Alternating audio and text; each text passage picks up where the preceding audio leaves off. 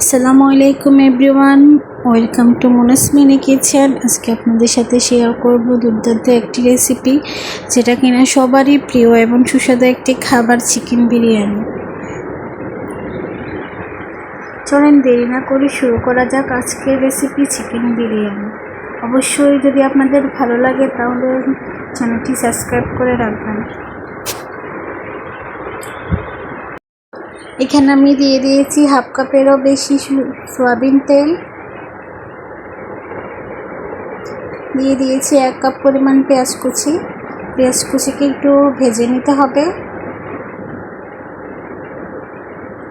দিয়ে দিব 1 চামচ রসুন, 1 চামচ আদা।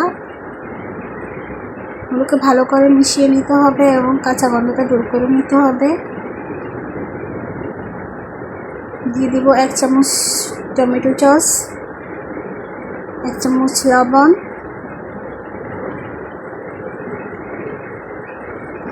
নিয়ে ভালোভাবে মিশিয়ে নিতে হবে। দিয়ে দিব কাজু বাদাম 1 টেবিল চামচ।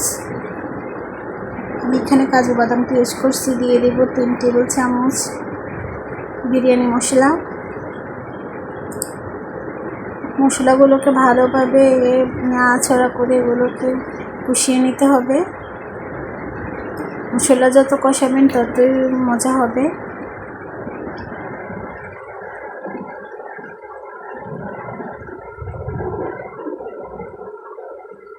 এগুলো থেকে তেল উপরে উঠে আসলে, এই যে দেখেন মশলাগুলো থেকে তেলগুলো উপরে উঠে আসছে। এখন এখানে দিয়ে দিব আগে থেকে ধুয়ে রাখা মাংসগুলোকে দিয়ে ভালোভাবে নাড়াচাড়া করে নিতে হবে, যাতে এগুলোর ভিতরে মশলাগুলো ভালোভাবে ঢুকে যায়।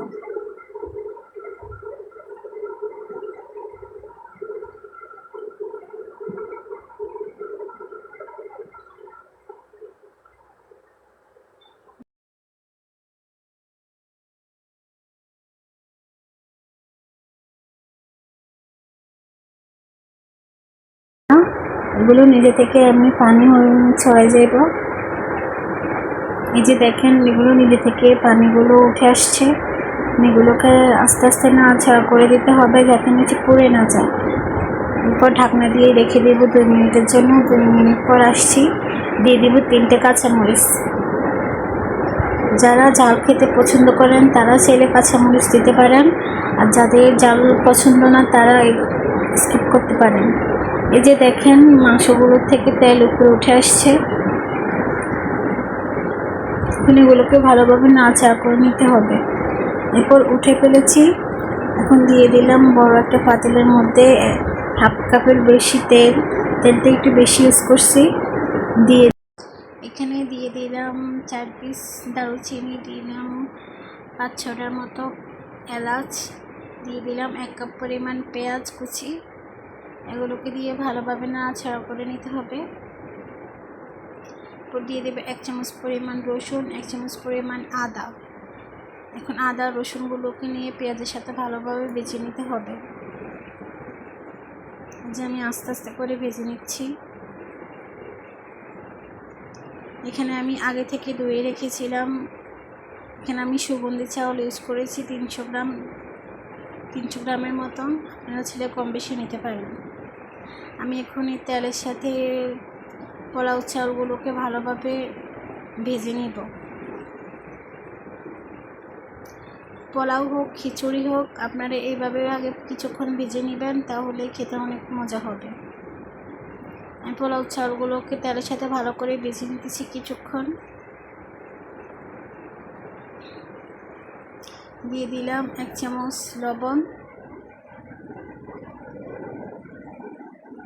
এখন এগুলোকে ভালো করে মিশিয়ে নিতে হবে, যাতে তেলের সাথে হালকা হালকা ভাজা হয়ে যায়।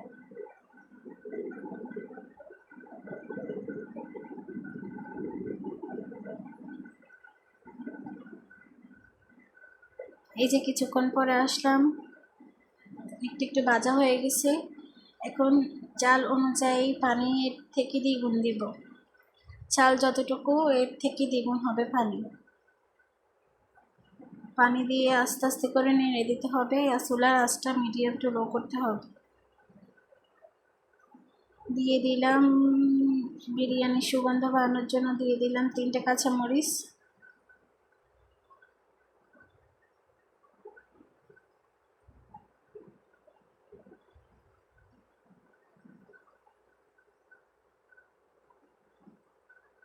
পরে দিয়ে দিলাম দুধ 1 কাপ। এরপর একটু নাড়াচাড়া করে নিতে হবে।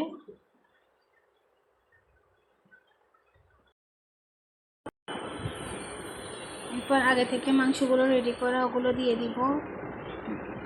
আগে দিয়ে দিব যাতে বিরিয়ানির মশলাগুলো চাউলের সাথে খুব ভালোভাবে মিশে যায়। এগুলোকে দিয়ে ভালোভাবে নাড়াচাড়া করে নিতে হবে। এরপরে 10 মিনিটের জন্য ঢাকনা দিয়ে রেখে দিব। এই যে ঢাকনা তুলে নিলাম। এখন একটু নাড়াচাড়া করে নিব। এমনভাবে নাড়াচাড়া করতে হবে যাতে নিচেরগুলো উপরে উঠে আসে আর উপরেরগুলো নিচে চলে যায়। দিয়ে দিব হালকা পরিমাণ তেল। এখন আবার ঢাকনা দিয়ে 2 মিনিটের জন্য রেখে দিব। এই যে দেখেন হয়ে গেছে। এখন আস্তে আস্তে নাড়াচাড়া করে নিতে হবে যাতে নিচে পুড়ে না যায়।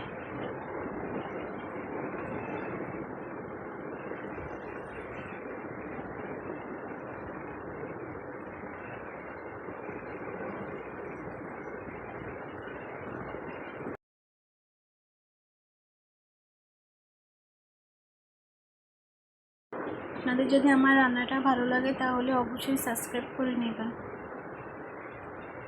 যাতে পরের ভিডিও আপলোড করার পরে সর্বপ্রথম আপনার কাছে পৌঁছে যায়।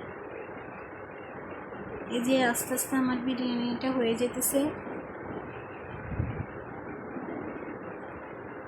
এই যে আরও 2 মিনিট চুলায় রাখার পরে বিরিয়ানিটা প্রায় হয়ে এসেছে।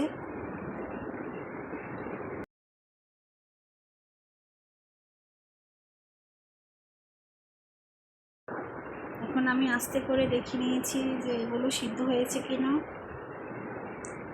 বিরিয়ানি সিদ্ধ হয়ে গেছে। এখন প্রায় কমপ্লিটের কাছাকাছি আমার বিরিয়ানি প্রায় কমপ্লিট হয়ে গেছে। এই যে আমার আজকের বিরিয়ানি দেখুন কতটা সুন্দর হয়েছে এবং লোভনীয় হয়েছে। অবশ্যই আপনারা বাসায় একবার হলেও ট্রাই করবেন।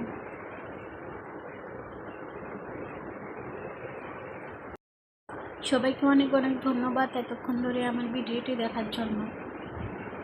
সবাই ভালো থাকবেন। আসসালামু আলাইকুম।